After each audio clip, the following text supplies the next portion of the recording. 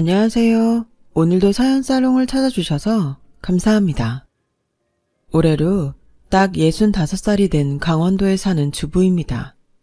저보다 나이가 더 많으신 분들도 계시겠지만 나이를 먹고 좋은 점이 있다면 사는 게 다 고만고만해 보인다는 거예요. 마치 영원할 것처럼 돈 좀 있다고 우쭐한 누군가도 당장 죽겠다고 힘들어하는 누구도 인생을 오래 산 자들 앞에서는 모두 다 고만고만해 보이죠.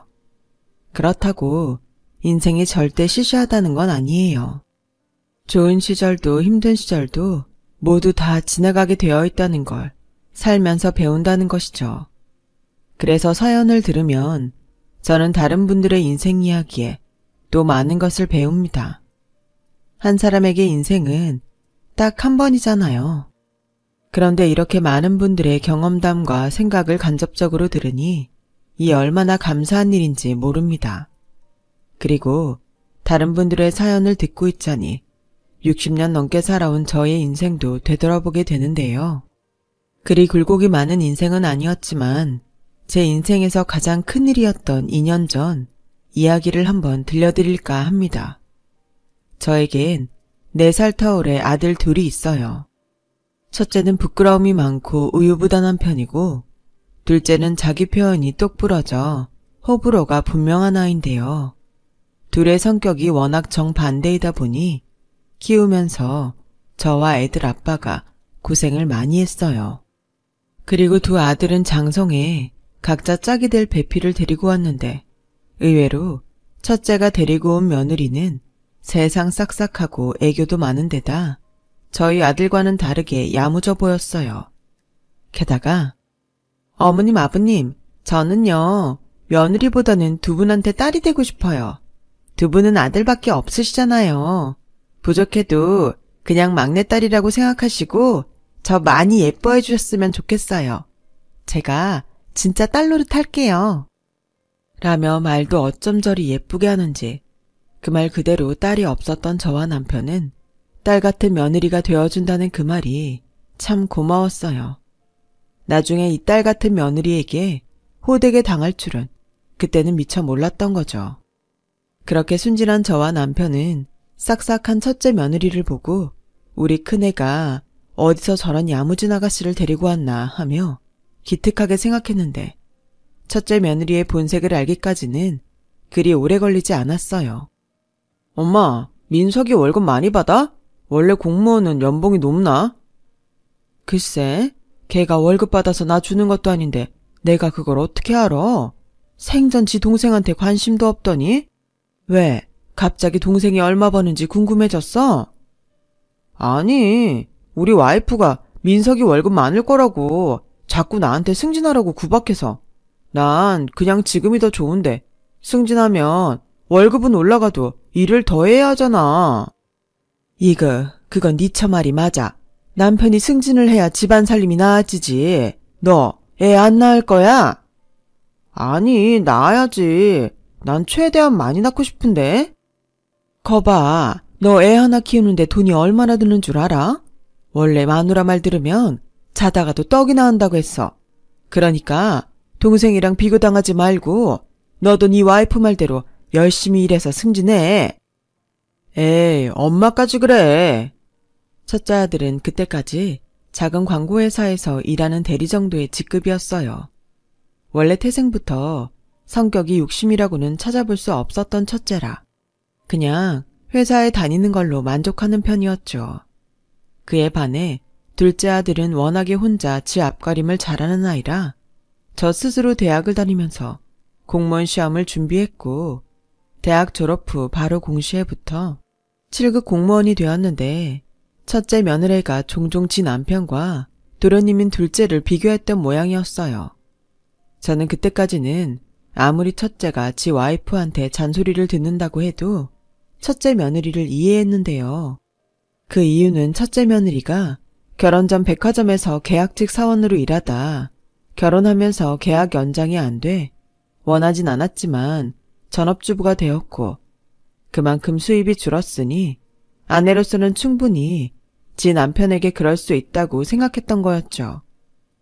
그런데요, 첫째네가 결혼을 하고 2년 후에 둘째 아들이 자기랑 똑같은 공무원 며느리를 데리고 오자 첫째 며느라이는 동생네보다 자기네들이 못 산다고 생각했는지 어느 날 저에게 이런 이야기를 해왔어요. 엄마, 영석 씨는 사람은 다 좋은데 욕심이 없어서 문제예요. 도련님네는 공무원 아파트도 받고 둘 다 월급도 많아서 금방 떵떵거리고 살 텐데. 에이, 뭘 또 그렇게 비교를 하냐. 둘 다 내 아들이지만 네 남편이 민석이보다 착해. 와이프 마음 편하게 해주는 건 아마 민석이보다 네 남편이 훨씬 잘할 거다. 가만 보면 영석 씨가 엄마 닮았어요. 남 마음 불편하게 해줘도 되니까 영석 씨가 욕심을 좀 부려서 승진도 하고 성과급도 받고 그랬으면 좋겠는데 우리 집은 어쩔 수 없이 제가 총대를 매야 할 것 같아요. 그래서 말인데요. 엄마, 저 장사해보려고요. 뭐? 네가 장사를 한다고? 제가 백화점에서 판매를 좀 했잖아요. 그래서 곰곰이 생각해봤는데 잘 되는 음식점을 권리비 좀 주더라도 인수하면 그대로 수입을 유지할 수 있으니까 괜찮을 것 같더라고요. 그게 말이 쉽지. 너 음식점이 얼마나 손 많이 가는 줄 알아? 에이, 엄마. 돈 버는 일에 안 힘든 일이 어딨어요. 전 고생 많이 해도 상관없으니까 돈 많이 벌고 싶어요. 명색에 저희가 첫째인데 동선애보다는 잘 살아야 체면이 서죠. 뭘 또 그렇게 생각해. 난 그냥 너 쉬는 김에 아이나 좀 가졌으면 했는데. 애도 돈이 있어야겠죠. 그리고 저 이미 괜찮은 가게도 봐뒀어요. 때마침 거기 가게 주인이 제주도에 내려가 산다고 팔겠다고 하더라고요. 너 설마 이미 다 결정하고 돈 얘기하러 왔니? 예, 아서라. 네 아버지 알면 큰일 난다. 엄마, 그러지 말고 딱 한 번만 살려주세요. 저희가 여윳돈 없잖아요. 진짜 잘 되는 가게라 인수만 하면 대박인데 다는 아니어도 되니까 계약금만이라도 빌려주세요. 네? 에휴, 계약금이 얼만데? 8천만 원이요. 뭐? 예, 내가 그렇게 큰 돈이 어딨니? 왜요? 영석 씨 말 들어보니까 지방 쪽에 건물도 있고 땅도 좀 있으시다면서요. 제가 그냥 달라는 건 절대 아니고 빌려주세요. 어차피 저희 남편한테 갈 재산이잖아요. 예, 꿈 깨라. 그게 내 건 줄 아니? 다 네 아버지 명이야. 어머, 그럼 엄마 이름으로 된 건 하나도 없으세요? 그래, 난 이 집 딸랑 하나다. 근데 이 집을 팔아? 그럼 나랑 네 아버지는 네가 모실래? 저는 돌려 돈 얘기를 하러 온 첫째 며느라이를 달래서 보냈어요. 그러면서 저도 애미인지라 속이 상했죠. 오죽하면 그런 생각을 했을까 짠하더라고요.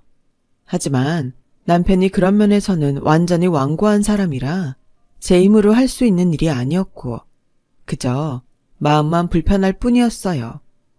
그렇게 삐졌는지 3개월이 지나도 첫째는 집에 오지 않을 뿐더러 전화 한 번이 없었는데요. 저도 굳이 전화해서 불편해지고 싶지 않아 연락하지 않았는데 갑자기 첫째 며느리한테서 전화가 걸려왔어요. 엄마, 저 내일 가게 오픈해요. 뭐? 너 돈 구했니? 사람이 아주 죽으라는 법은 없더라고요. 아무튼 엄마, 저 내일 오픈하니까 아빠랑 오셔서 식사하고 가세요. 내일 주말이니까 아빠 쉬시죠? 그리고 제가 너무 바빠서 동선에까지 연락을 못할 것 같아요. 엄마가 대신 좀 해주세요. 끊어요. 저는 전화를 끊고 이게 다 뭔가 싶었어요. 하지만 본인이 알아서 제 살 길 찾겠다는데 도움도 주지 못할지언정 초를 칠 수는 없다고 생각한 저는 첫째 며느리 말대로 둘째네에게 연락을 했고 다음날 남편과 첫째 며느리가 알려준 주소로 갔죠. 도착한 곳은 24시간 한다는 대형 감자탕집이었는데 아이들 노는 놀이방과 주차장까지 꽤 큰 규모의 가게여서 도착한 저희 부부와 둘째네는 입이 떡하고 벌어졌는데 첫째 며느리가 말했듯 손님이 아주 바글바글했어요. 엄마, 아빠, 오셨어요? 근데 어쩌죠? 자리가 없어요. 뭐? 가게가 이렇게 큰데 자리가 없어? 네, 워낙에 단골이 많은 가게인데 저희가 인수하면서 문을 며칠 닫았더니 아주 난리도 아니에요. 형수, 축하해요. 형수 금방 부자 되시겠다. 고마워요, 도련님. 동서, 미안한데 동서가 와서 좀 도와주면 안 될까?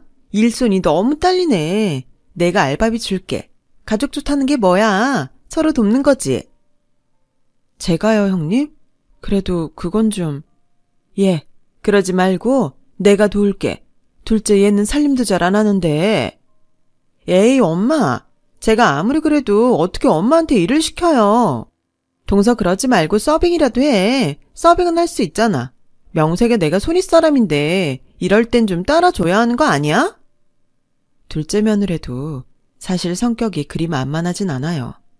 그런데 막무가내로 첫째 며느리가 밀어붙이니 둘째 며느리가 어쩔 수 없다는 듯 가게 안으로 끌려 들어갔고 차에서 대기 순서를 기다리다가 겨우 자리가 나서 가게 안에 들어갔는데 아무리 첫날이라고 하지만 가게 안이 참 어수선하더라고요. 하지만 주력 메뉴인 감자탕 맛은 단골이 많을 정도로 괜찮았고 저는 첫날이라 그렇지 점점 익숙해지면 청소나 서비스 같은 것이 좋아질 테니 괜찮겠다 싶었어요. 남편도 음식 맛을 보더니 걱정했는데 괜찮을 것 같다고 했고요. 사실 남편은 입맛이 퍽이나 까다로운 양반인데 그런 양반이 맛있다고 하니 얼마나 다행이었게요. 그런데 문제는 제가 일주일 후 교회 권사님들을 모시고 식사를 대접하려 다시 첫째네 가게에 갔을 때였는데요. 그렇게 사람이 많더니 점심시간인데도 불구하고 한 테이블도 식사하는 사람이 없었어요. 저는 좀 이상하다 싶었지만 한바탕 손님이 우르르 왔다가 빠졌나? 라고 생각했고 곧이어 나온 감자탕 국물을 먹어보는 순간 저절로 미간이 찌푸려졌어요. 어머, 국물 맛이 왜 이래? 여기 권사님 며느님이 하는 가게라고 하셨죠? 아, 네. 전에 먹었을 때랑은 좀 다른데 잠시만요. 저는 당황해서 가게 안에 있을 첫째 애를 찾아다녔어요. 그런데 가게 안에는 첫째 애가 없었고 일하는 종업원들만 있었는데 제가 사장님 어디 갔냐고 물으니 오후 늦게나 잠깐 온다고 하는 게 아니겠어요? 아니, 오픈한 지 일주일밖에 안 됐는데 얘가 제정신인가 싶었던 저는 첫째 며느리한테 바로 전화를 걸었고 첫째 며느리는 30분 후 가게로 들어왔는데 제가 분명 전화로 이전하고 국물 맛이 다르다고 고기도 너무 질기다고 말했음에도 생글생글 웃으며 이렇게 말을 하더라고요. 오셨어요? 미리 알았으면 제가 신경 좀 썼을 텐데 음식은 입에 맞으세요? 이런 말 제 입으로 하긴 좀 쑥스러운데 저희 음식 먹으러 일부러 부산에서 오시고 광주에서 오시고 막 그래요. 예, 너 지금 그럴 때가 아니야. 너 국물관은 봤니? 너 이 가게 인수받을 때 음식 레시피도 같이 전수받은 거 아니었어? 맞아요. 그리고 저 그 사람들이 알려준 대로 주방 이모한테 해달라고 한 건데? 뭐? 네가 직접 하지도 않았어? 누가 하던 레시피대로만 하면 되는데요, 뭐. 굳이 제가 할 필요는 없죠. 너도 참. 됐고, 이거 먹어봐라. 엄마, 저는 원래 감자탕 안 좋아하는데 모르셨구나. 아니, 세상에 그렇게 성공하고 싶다고 노래를 했으면서 가장 중요한 음식을 남한테 맡기고 하물며 자기가 좋아하지도 않는 음식을 파는 첫째 며느리를 저는 도저히 이해할 수가 없었어요. 게다가 가게 홍보해주겠다고 권사님들을 죄다 모시고 온 저는 얼굴이 다 화끈거렸고 대놓고는 아무 말도 하지 않았지만 권사님들에게 창피란 창피는 다 당했는데 도저히 저대로 두면 안 되겠다는 생각이 들었던 저는 다음 날 아주 작정을 하고 며느라이네 가게 근처에 커피숍에 앉아 가게 안을 관찰했어요. 커피숍 사장이 싫어할까봐 케이크이며 샌드위치 그리고 커피를 비롯한 각종 음료를 시키며 내내 며느라이네 가게 안을 살폈는데요. 제가 한 5시간가량을 보고 있는데 딱 3팀 정도만 가게 안에 들어가 식사를 하더라고요. 그런데 자기 가게에서 제가 감자탕집을 뚫어져라 쳐다보니 커피숍 여사장은 알겠다는 듯 저에게 다가왔고 시키지도 않은 커피 리필을 해주면서 이렇게 말했는데요. 아, 사모님도 저 집에 돈 떼이셨구나. 근데 이미 늦었어요. 네? 글쎄 무슨 재주를 부렸는지 권리금까지 왕창 받고 가게를 팔더니 휙 날랐다니까요. 그래서 한동안 사모님 같은 빚쟁이들이 저희 집 가게에 찾아와서 죽치고 계셨는데 다 허탕이죠 뭐. 그래서 제가 일부러 말씀드리는 거예요. 이렇게 기다려봤자 소용없으니까요. 저야 뭐 돈 벌어서 좋지만 그래도 이건 상도가 아니라서. 아니, 단골도 많고 장사가 그렇게 잘 된다면서 왜 도망을 가요? 장사가 잘 된다고요? 무슨, 여기 동네 사람들 다 아는데 누군지 모르지만 저 가게 인수한 사람 큰일 났어요. 그게 무슨, 내가 얼마 전에 가서 손님 많은 거랑 음식 맛도 봤는데? 그게요, 의심 피하려고 작업한 거라니까요. 팔자마자 그럼 이상하니까. 자기네들 도망갈 시간 벌려고 미리 다 작업한 거예요. 제가 여기서 사람들 왔다 갔다 하는 거 한두 번 보나요? 아마 음식도 어디 다른 가게 거 가지고 왔을 거예요. 그러고도 남을 사람들이라니까요. 막말로 그렇게 장사가 잘 되는데 왜 가게를 팔겠어요? 자기네들이 계속하지. 애당초 자기네들은 저기 거의 거저 들어가서 장사했는데 사기든 뭐든 권리금까지 다 챙겨서 받았으니 저 가게 인수한 사람만 바보 된 거죠. 저는 눈앞이 노래지는 것 같았어요. 그런 가게를 인수해놓고 며느리는 저절로 돈이 벌릴 줄 알고 있으니 말이죠. 그래서 저는 답답한 심정에 첫째 아들에게 전화해 퇴근하면 곧장 며느리와 같이 집으로 오라고 했는데요. 저는 또 한 번 충격을 받게 되었어요.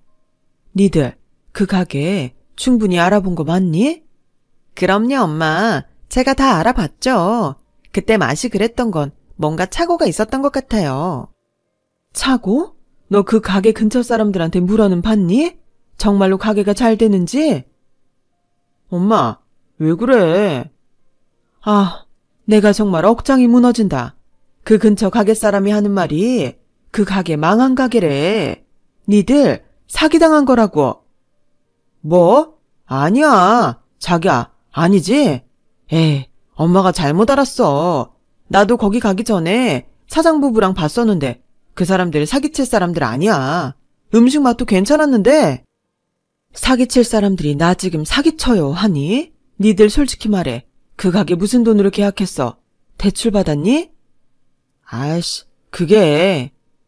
첫째 아들애는 제 말에 지쳐 눈치를 보는 것 같았어요. 그리고는 며느리가 입을 여는데 지금 사는 집 담보랑 카드보험 신용 대출 받았어요. 그리고 부족한 건 이 사람 퇴직금으로 해결했고요. 가게라는 게 생각지 않았던 비용이 있더라고요. 뭐? 퇴직금? 엄마, 사실은 나 사표 냈어. 이 사람이 엄마 걱정한다고 당분간 비밀로 하자고 해서. 그래서 말 못했는데 아무리 생각해도 승진하긴 어려울 것 같고 가게에 올인해서 잘 벌면 그게 승진한 거랑 같을 거니까. 내가 아주 바보 등신을 낳았네. 그게 지금 말이 되는 소리야? 전 재산을 털어서 망한 가게를 샀다고? 아, 이제 니들 어쩔 거야. 어쩌긴 뭘 어째요. 이미 다 저질렀는데 저희가 열심히 하면 되죠. 그리고 제가 부탁했을 때 엄마가 좀 도와주셨으면 제가 이 사람 퇴직금까지 끌어다 썼겠어요? 이게 다 따지고 보면 엄마 책임도 있는 거예요. 뭐라고? 아무튼 저랑 이가 열심히 할게요. 그냥 새로 차렸다 생각하면 되죠. 너는 먹지도 않는 음식을 무슨 수로 열심히 팔 건데 그 레시피도 가짜야. 그냥 삼겹살 팔면 되죠. 삼겹살은 그냥 구워 먹기만 하면 되니까. 뭘 하든 돈만 벌면 되잖아요. 저희가 알아서 할게요. 그리고 엄마 속상하실 건 알겠는데 동선애한테는 말하지 마세요. 저희가 손윗사람인데 체면 구기게는 하지 마셔야죠. 저는 위기의식이라고는 하나도 없어 보이는 첫째 며느리의 태도에 거의 뒤로 넘어갈 지경이었어요. 그리고 첫째 아들 내외를 보내고 그대로 누워 끙끙거렸는데 퇴근한 남편이 왜 그러냐고 물어도 입이 떨어지지 않더라고요. 그리고 며칠 뒤 큰 며느리한테서 연락이 왔어요. 감자탕집을 정말로 삼겹살집으로 바꿔서 장사를 하고 있다면서요. 다행인지 그 전보다는 장사가 잘 되니 걱정하지 말라고 하는데 또 그 말을 들으니 마음이 좀 풀렸죠. 이미 엎어진 물, 장사라도 잘 되면 좋겠다는 마음이었어요. 그렇게 1년 정도가 지났어요. 저희 걱정도 조금씩 무뎌지고 있었는데 모든 자영업이 그렇듯 가게라는 게 항시 잘 되는 것만은 아니잖아요. 청결이며 재료 관리까지 잘은 몰라도 할 일이 많을 텐데 어쩐지 큰 며느리는 도통 가게에 관심이 없어 보였고 빚도 많은 누구랑 어울려 다니는지 골프다 해외여행이다 정신이 완전히 나갔더라고요. 그래서 가게는 첫째 아들이 거의 상주하며 운영하는 것 같았는데 저는 그 사실을 정말 몰랐어요. 이미 교회 권사님들에게 창피를 당해서 그 가게에 2번 다시 가는 일은 없었고 자주 큰아들 내외가 전화로 잘 되고 있다고 하니까 잘 돼 가는가 보다 했는데 첫째네가 가게를 차린 지 2년이 미처 되지 않은 어느 날 첫째 아들 내외가 울면서 저희 집을 찾아왔어요. 엄마, 저희 좀 도와주세요. 매출은 안 나오고 가뜩이나 저희 갚을 대출도 많은데 당장 이번 달 직원들 줄 월급도 없어요. 이게 갑자기 무슨 소리야? 가게 잘 된다며. 그게 엄마 걱정할까 봐. 근데 지금은 진짜 돈 날 구멍이 없어. 엄마, 통장에 돈 얼마 있어? 야, 네 나이가 내일 모레면 40이다. 네가 지금 엄마 통장에 얼마 있냐고 물을 나이니? 엄마, 제발 이번 딱 한 번만 도와주세요. 여기 집 엄마 명이라면서요. 여기 담보로 대출 받아주면 당장 급한 불은 끌 수 있을 것 같은데. 그때였어요. 회식 때문에 늦는다던 남편이 회식이 취소됐다며 연락도 없이 집으로 왔고 며느리 하는 소리를 들었는지 오자마자 역정을 냈어요. 니들이 지금 제정신이야? 뭘 담보로 대출을 받아? 내 지금까지는 네 엄마 혼자 끙끙거려도 아무 말 안 했지만 아니다 싶으면 손에 더 커지기 전에 얼른 정리해. 그리고 니들이 멋대로 담보대출 받은 그 신혼집도 내가 해준 거라는 거 잊은 건 아니지? 아휴, 그 나이 먹도록 세상 물정도 모르면서 무슨 장사를 한다고. 아빠, 진짜 너무하세요. 막말로 아빠가 좀 도와주셨음. 자기야, 그만해. 뭘 그만해. 나도 서운했다고. 저는요, 진짜로 엄마 아빠를 제 친정 부모님처럼 생각했어요. 근데 말씀은 딸이라고 하셔도 사실은 남이었던 거죠? 그렇죠? 뭐야? 너 지금 억지 부리냐? 그래, 그럼 이제 딸이라고 생각 안 할 테니 너 며느리 노릇 제대로 해라. 여보, 지금 얘네들이 제일 힘들어요. 당신까지 그러면 어떡해? 그럼 저희 집 팔고 이 집 들어와 살게요. 어차피 집이며 가게 정리해도 빚 다 못 갚거든요.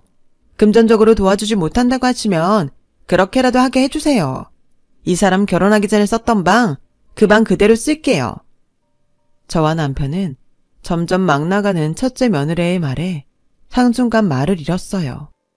그리고 자기 죽겠다고 떠드는 며느리보다 그런 처 앞에서 찍소리도 하지 못하는 아들을 보고 있자니 속에서 열불이 올라오는 것 같았는데요.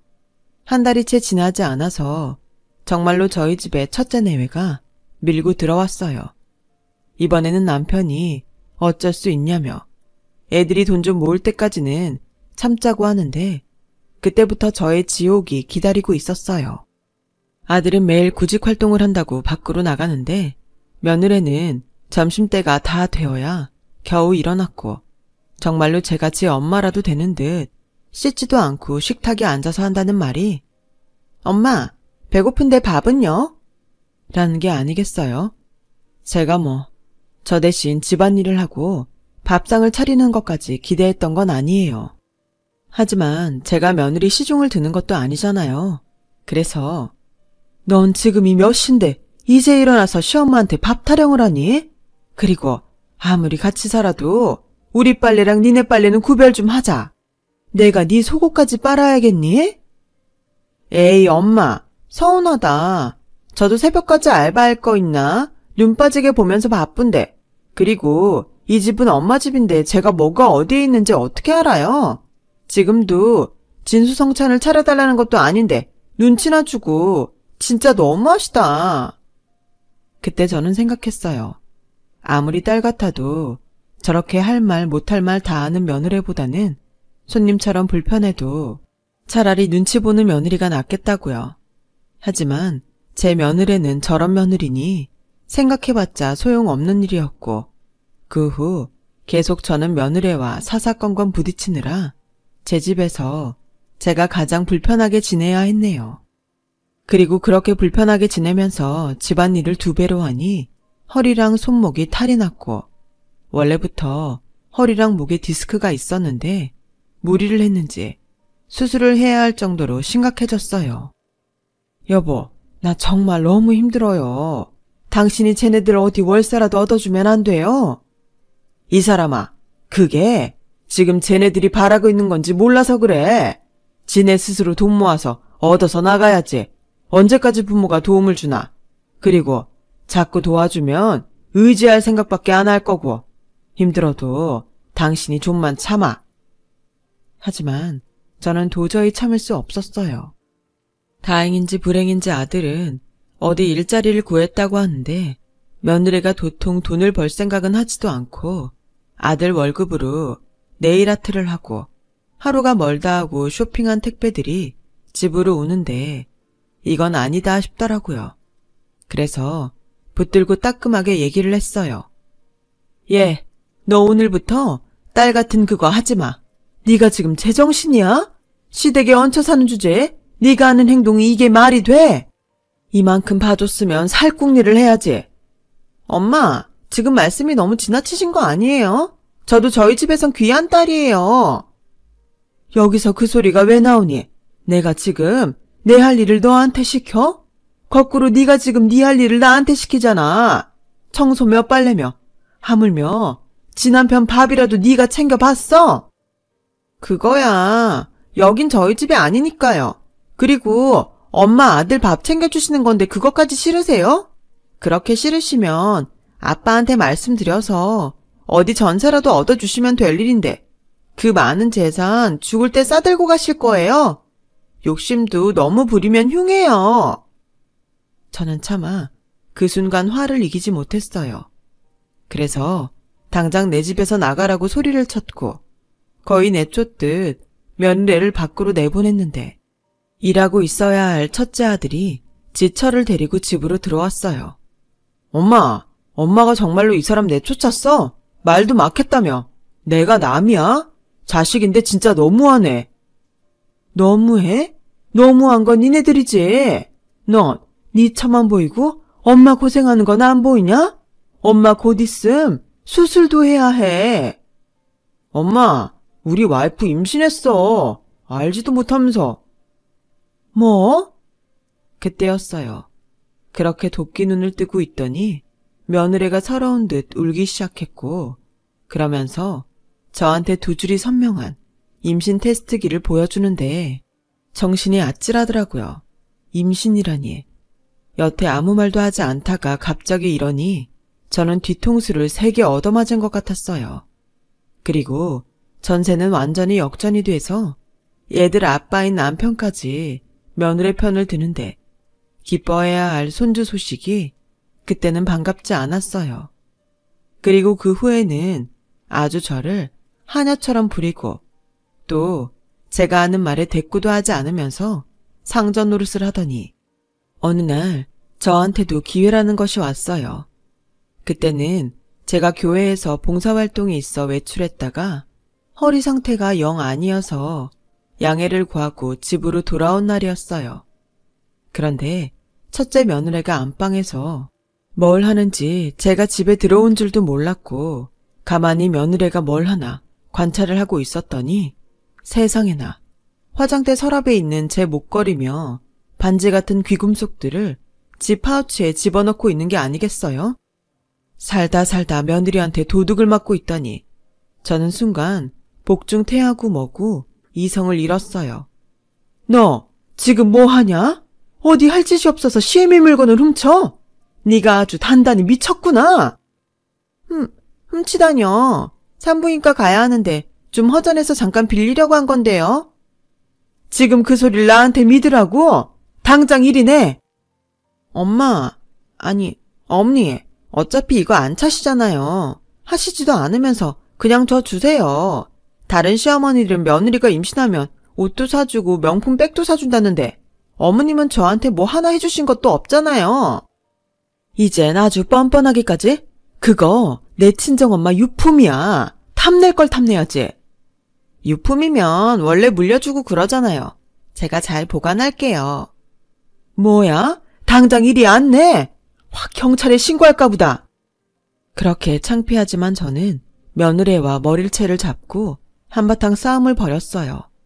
그리고 당연히 힘에서 밀린 제가 며느리의 손에 밀쳐져 넘어지고 말았는데 그때 제 입에서 악소리가 나면서 눈에서 번쩍하고 별이 보이는 게 큰일이다 싶었어요. 저는 그 길로 제 손으로 구급차를 불러 병원에 실려갔고 며느리는 제가 경찰에 신고하는 줄 알고 냅다 도망을 갔는데 제가 병원에 도착해 남편에게 수술해야 할 것 같다고 연락을 하자 남편과 둘째 아들 내외가 병원으로 달려왔어요.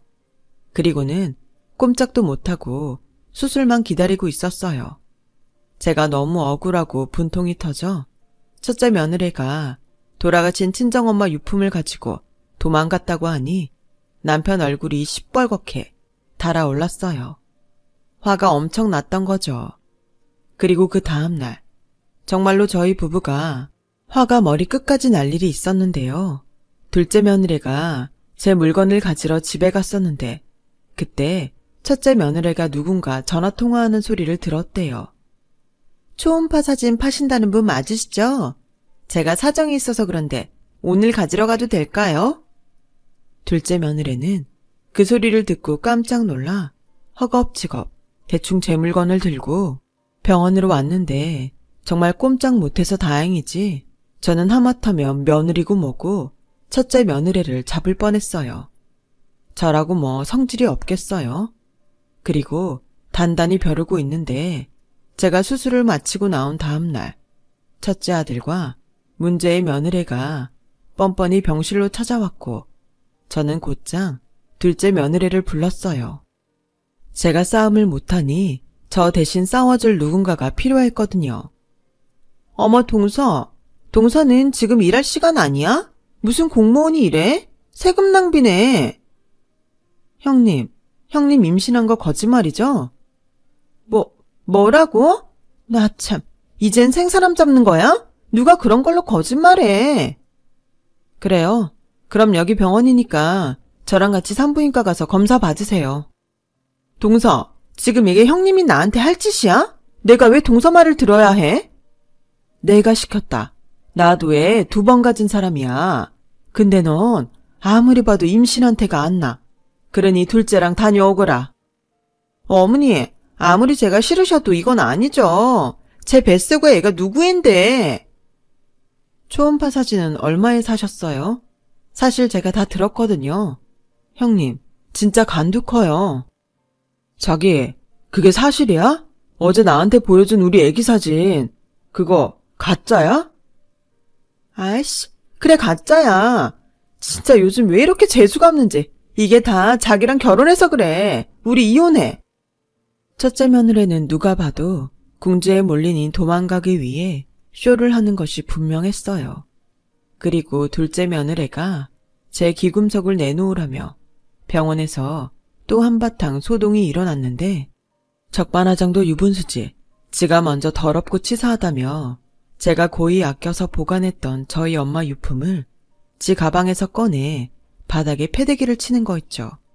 그때 저는 소름이 끼쳤어요. 저런 애를 딸 같은 며느리라고 생각했다니 저런 애를 좋게 봤던 제 자신이 한심했는데 제 아들은 저보다 더 한심한 멍청이였어요. 이게 다 엄마가 저 사람 궁지에 몰아서 그래. 왜 가만히 있는 사람을 괴롭혀? 나 회사 가면 그렇게 구박했다며? 그날도 엄마가 저 사람 내쫓아서 내가 데리고 들어왔잖아. 난 우리 엄마는 시집살이 그런 거하고는 거리가 멀 줄 알았는데 정말 실망이야. 뭐야? 넌 지금 제 말을 믿어? 그리고 애당초 그런 가게를 잘 알지도 못하면 무리해서 하려고 한 것부터가 문제지. 사람이 능력이 없으면 지 분수대로 살아야지. 어참, 허영심만 많아서는? 잘 살고 싶은 게 허영심이야? 우리 와이프는 뭐 잘 살면 안 돼? 아, 정말 저런 아들을 제 속으로 낳았다는 것이 믿기지 않았어요. 그리고 둘째 며느리 앞에서 어찌나 창피한지. 여태 잘 살아왔다고 자부했던 저는 그 순간만큼은 모든 것이 후회스러웠네요. 그 후 첫째 며느리는 지 친정으로 가버렸고 아들도 지 마누라 아니면 못 산다고 지 마누라 데려온다며 처갓집으로 갔는데요. 저는 영영 그것들이 돌아오지 않았으면 좋겠다고 생각하며 퇴원을 했어요. 그리고 곧 있음 또 이것들이 내 집으로 돌아올 것 같은 불길한 예감이 들었고 저는 남편한테 이렇게는 도저히 못 사니까 결단을 내자고 했어요. 난 며느리고 뭐고 걔 다시 못 봐. 아들도 없다고 치면 그만이니까 당신도 결정해요. 당신은 그래도 자식이라고 끼고 살고 싶으면 나랑 이혼하고. 남편과 50평생 살면서 이혼하자는 소리는 그때가 처음이었어요. 남편은 저의 이혼 소리에 많이 놀란 듯 무조건 제가 하자는 대로 하겠다고 했고 저는 이것들이 다시 기어 들어오기 전에 제대로 정신교육할 계획을 세웠어요. 그리고 아직은 무리하면 안 된다는 의사의 말에도 불구하고 바삐 복덕방에 가서 집을 내놨고 손해만 안 보면 된다고 그냥 시세에 맞춰 빨리 팔아달라고 부탁을 했는데 저희 집이 워낙 입지도 좋고 마당 있는 예쁜 집으로 유명해서 금방 임자가 나섰어요. 그렇게 제가 계약서에 도장을 찍던 날 첫째 아들한테 연락이 왔고 아들은 저에게 지 와이프 마음을 겨우 돌렸다며 내일 집으로 같이 오겠다고 했는데 저는 남편을 시켜서 첫째 내외에게 미끼를 던졌어요. 네 엄마가 태어난 지 얼마 안 돼서 니들이 집에 오면 아마 또 난리칠 게다. 이왕 떨어져 있는 김에 며칠 더 떨어져 있는 게 좋을 것 같다. 그래서 내가 네 통장에 100만 원 넣을 테니까 니처럼 어디 여행이나 다녀와. 그럼 그 사이에 내가 네 엄마 좀 구슬려 놓으마. 아빠, 정말 우리 여행 다녀와도 돼요? 또 엄마가 뭐라고 할 것 같은데? 그건 걱정 마. 그러니 너네 어디 한 일주일 정도 푹 쉬다 와라. 알겠지? 남은 시간은 일주일.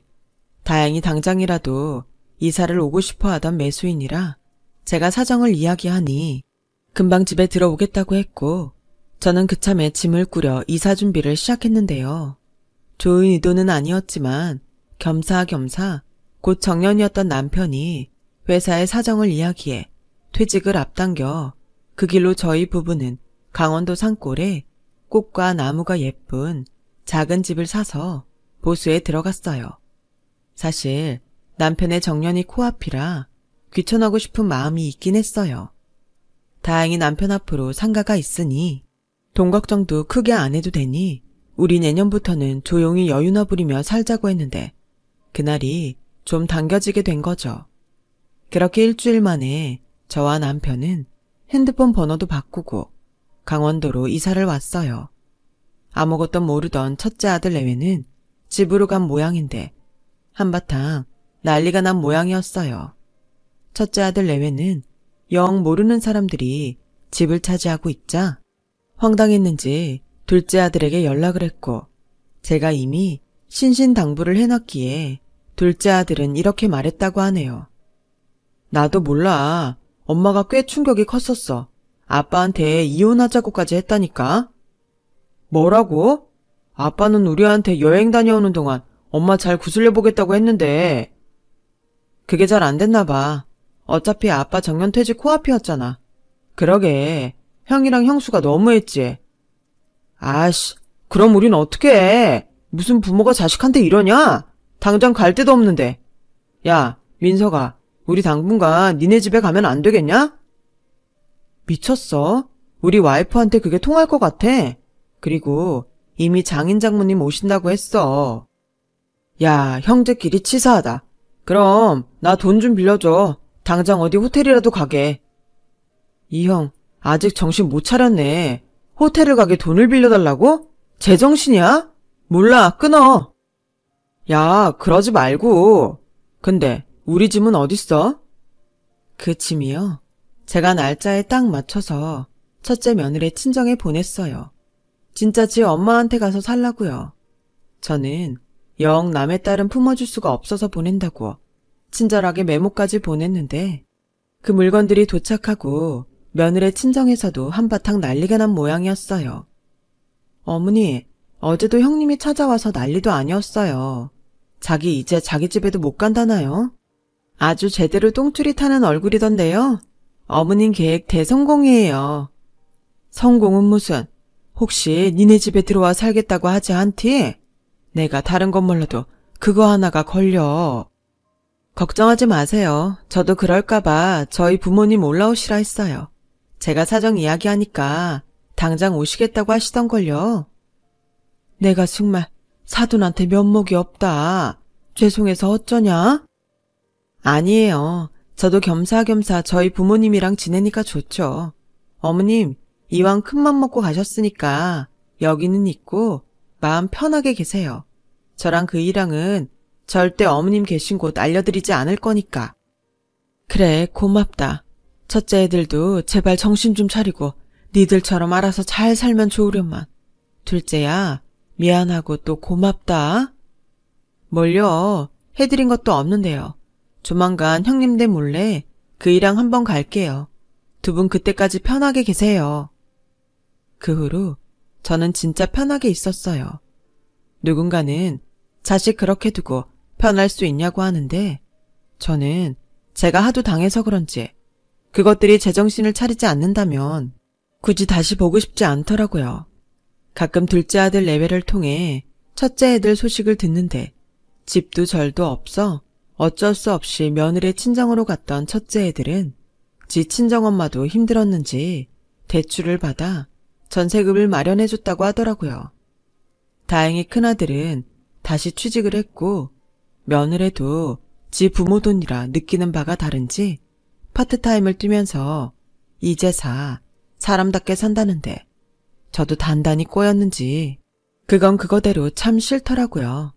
그래서 그냥 둘이 좋아 그렇게 산다는데 어쩌겠냐 하는 심정으로 신경 쓰지 않으려 합니다. 부모 자식이라도 각자의 인생이 있는 거니까요. 그리고 요즘 저는 남편과 서툴지만 조그맣게 텃밭도 일구고 꽃도 심으며 평생 못 가져본 부부의 시간을 갖고 있는데요. 이팔 청춘은 아니지만 저는 신혼 때보다 지금이 훨씬 남편과 행복하게 지내고 있어요.